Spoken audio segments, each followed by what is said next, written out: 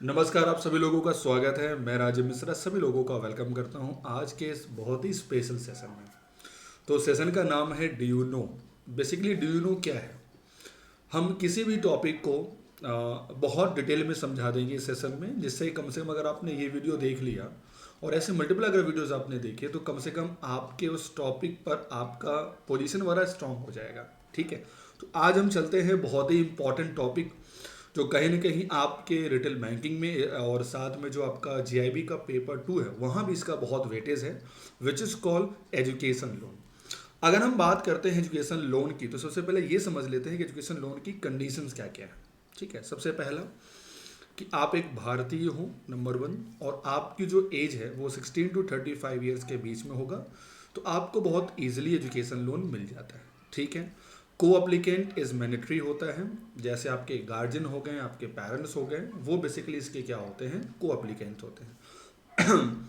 आपको किसी भी कॉलेज में, किसी यूनिवर्सिटीज़ में अगर आपको सिक्योर एडमिशन लेना है तो उसके लिए आपको एजुकेशन लोन इंडिया में दिया जाता है। ठीक है। चलिए, इसमें एक पॉइंट बहुत इंपॉर्टेंट है जो आपको बहुत हेल्प करता है केस स्टडी में, कि जो कॉशन डिपॉजिट होती है, जैसे बिल्डिंग फंड्स हो गया है, रिफंडेबल डिपॉजिट हो गया, वो बेसिकली आपको बैंक कितना अलाउ करता है। तो उसका एक नियम बहुत प्यारा सा है कि जो भी ट्यूशन फीस है ना, याद रखिएगा, उसका ओनली 10% ही आपको इस सेगमेंट के लिए क्लियर होता है। ये पॉइंट बहुत इंपॉर्टेंट है कि जो कॉशन डिपॉजिट होगा वो only 10% of the total deposit. ठीक है।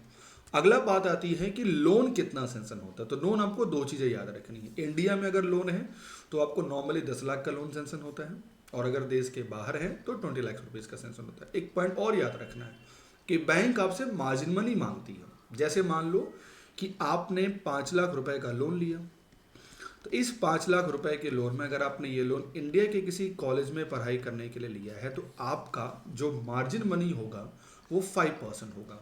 और अगर यही कॉलेज, यही यूनिवर्सिटी अगर फॉरेन कंट्री में है तो आपका जो मार्जिन मनी होगा वह 15% होगा। आई होप ये पॉइंट सभी लोगों का क्लियर हो गया। ठीक है। जो भी स्कॉलरशिप है, जो भी हेल्प है, वो सब कुछ मार्जिन मनी में काउंट हो जाता है। ठीक है। चलिए, अगला, क्या हम एजुकेशन लोन लेते हैं तो क्या हमें कुछ कोलेट्रल देना पड़ता है। ये बहुत इंपॉर्टेंट है। तो 3 चीज़ आपको याद रखनी। पहला कि अगर लोन 4 लाख रुपए तक का है तो याद रखिएगा आपको कोई भी कोलेट्रल नहीं देना है। ठीक है।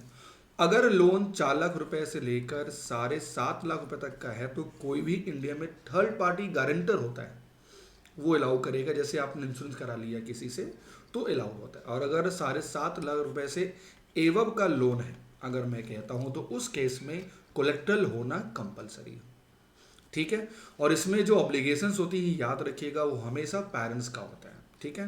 और आपको जो टेंजिबल कोलेट्रल है वो देना होता है। ठीक है। यानी 3 बातें सभी लोगों को क्लियर हो गया। क्या हमारा मार्जिन मनी होगा, क्या हमारा कॉशन मनी होगा, और क्या हमारा होगा कोलेट्रल। एक और पॉइंट बहुत इंपॉर्टेंट है केस स्टडी के लिए, जिसको हम लोग कहते हैं रीपेमेंट हमें कब करना होगा।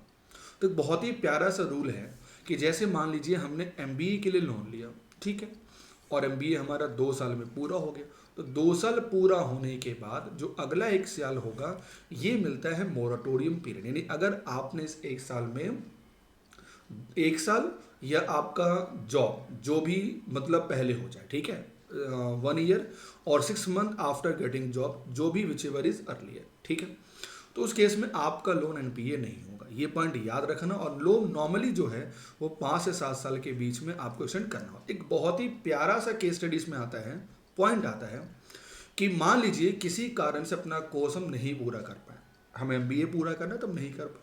हो सकता है कि मान लीजिए मेरा एक्सीडेंट हो गया, कुछ भी होगा, तो याद रखना जो मैक्सिमम एक्सटेंड होता है आपका लोन, है ना, वो याद रखिएगा, वो होता है, याद रखिएगा, 2। यानी आपको 2 साल तक ही मिलता है मैक्सिमम एक्सटेंशन टाइम पेमेंट का।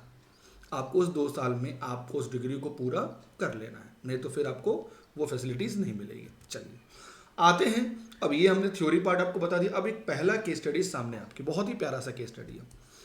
मिस्टर राजीव एक स्टूडेंट हैं, एक स्टूडेंट पास आउट बीबीए हैं, और वो बेसिकली एमबीए करना चाहते हैं। तो मिस्टर राजीव ने, यानी माय नेम, उन्होंने 9 लाख रुपए का एक लोन अप्लाई किया किसी कॉलेज में आने जाने के लिए, वहाँ की फ़ीस है। तो बैंक में उन्होंने ये लोन अप्लाई किया। अब कंसर्न ये है कि उनका जो लोन है उसमें कुछ कंडीशंस हैं कि कॉलेज क्या क्या लेता है। जो ट्यूशन फीस है वो लगभग उस कॉलेज की 7.5 लाख रुपए की है। जो हॉस्टल फीस है वो कम से कम 1.5 लाख रुपए की है। जो कॉस्ट डिपॉजिट है वो 1,10,000 रुपए की है। जो computer cost for education purpose है वो करीब 45,000 रुपीज़ की है। यूनिफॉर्म बुक, इसका इक्विपमेंट कॉस्ट अगर मैं बात करता हूँ तो 90,000 रुपीज़ की है। और स्टडी टूर प्रोजेक्ट की बात करते हैं तो वो है 25,000 रुपीज़ की। मीन्स जरा समझिएगा, ये डिटेल उस कॉलेज ने मिस्टर राजीव को दी। अब कंसर्न है, आपसे पहला क्वेश्चन ये पूछा जा रहा है कि मिस्टर राजीव को how much money can be consider for caution money in education loan. तो याद रखिएगा, यहाँ आंसर 1,10,000 रुपये नहीं होगा। अभी हम लोगों ने पीछे का रूल पढ़ा था क्या, कि जो भी ट्यूशन फीस होगी उसका जो 10% होगा वही होता है क्या, जिसका नाम है which is called caution money का कंडीशन। तो यहाँ हमारी ट्यूशन फीस कितनी है, 7.5 लाख रुपए। तो इसका अगर हम 10% निकालते हैं तो आंसर हमारा कितना होगा, 75,000, यानी कि इतना उनको सेंक्शन हो जाएगा फॉर कॉशन मनी के, अलाउड होगा। Case number 1। केस नंबर 2 चलते हैं कि यही केस स्टडी है, यही पॉइंट है। पूछा जा रहा है कि how much maximum amount can be sanction to purchase computer, books, equipments, uniform and other expense like study tour. तो याद रखिएगा हम लोगों ने पीछे क्या देखा था। इन दिस केस में जो ट्यूशन फीस होगा उसका 20% हमको मिलता है इस केस में। तो यहाँ आंसर हमारा क्या होगा, आंसर हमारा होगा 1.5 लाख रुपए। याद रखना, ट्यूशन फीस हमेशा 100% सेंक्शन होती है। हॉस्टल फीस याद रखिएगा 100% सेंक्शन होती है। जो कॉशन डिपॉजिट होती है वो कितना सेंक्शन होगा मैक्सिमम, तो 10% सेंक्शन होगा। और बाकी जो सारी चीज़ें होती हैं उसका याद रखिएगा कि जो मैक्सिमम सेंक्शन होती है वो होती है 20%। तो आई होप आपको आज की वीडियो से ये समझ में आ गया होगा कि हम एजुकेशन लोन के केस में कैसे क्वेश्चंस को सॉल्व करते हैं। ये केस स्टडी आपके रिटेल बैंकिंग में इसका बहुत बड़ा वेटेज है। तो अगर आपको लगता है कि आप किसी बैच में क्लास करना चाहते हैं मेरे साथ, तो बिल्कुल आप जुड़ सकते हैं। अभी लेटेस्ट में 25 जनवरी को बैच स्टार्ट हुआ है।